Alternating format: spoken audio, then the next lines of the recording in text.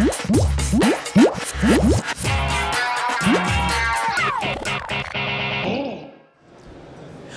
this is Amy Lewis with SolidFire, and I'm here with Brian. Brian, can you introduce yourself? Hi, Brian Gracely, lead cloud analyst for Wikibon. So this is Texas. We're at OpenStack, and we were just enjoying some amazing Franklin's barbecue. Can you tell me how is OpenStack like barbecue? You're the master of analogies, so consider yourself challenged. How is OpenStack like barbecue? Okay, so here's how to think about OpenStack and barbecue. So if you just want to start with, steak, or you want to start with brisket, that's fine. You can start with that. That you can think about that as OpenStack. It's got a lot of flavors. It's got a lot of elements to it that are going to satisfy you to a certain extent. But you're probably going to want more. You're going to want sides. You're going to want ribs. You're going to want sausage. That's where, as we're talking about OpenStack, we're seeing people talk about Kubernetes, and we're talking about Docker and containers. All the things, they make up a meal, they make up a thing that satisfies you. That's the way to think about it. It's, maybe OpenStack is the brisket, and all these other things are there to make that whole experience, just good. I like it. I like it. So you've been in this community for quite a while.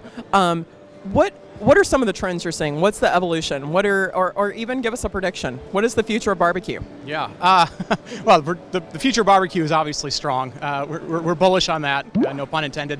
No, the future of OpenStack is getting better. It's, I was there at the second one, now it's 10 times as big. We're seeing more stability, we're seeing a ton of inclusion and diversity. It's a great community in that sense. And we're seeing, more and more customers, which is the most important thing. We're seeing telephone companies, we're seeing, cities, we're seeing universities using the technology. It's open, they can do interesting things. So I think the future of OpenStack is bold. It's still growing very quickly, which is great, and it's helping people solve technology problems, solve business problems. So that's a good thing.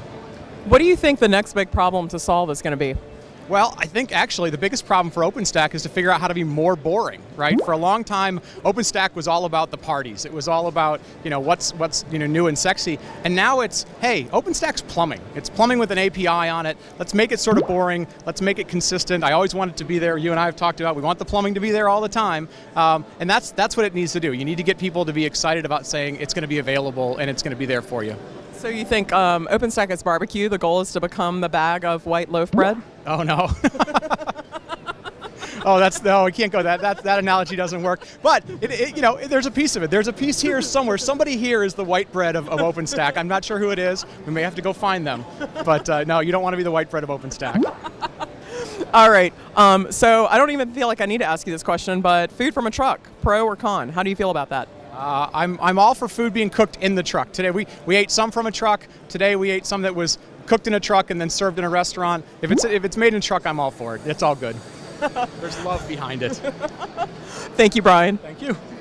And we'll see you next time on Pop-Up Tech Talks.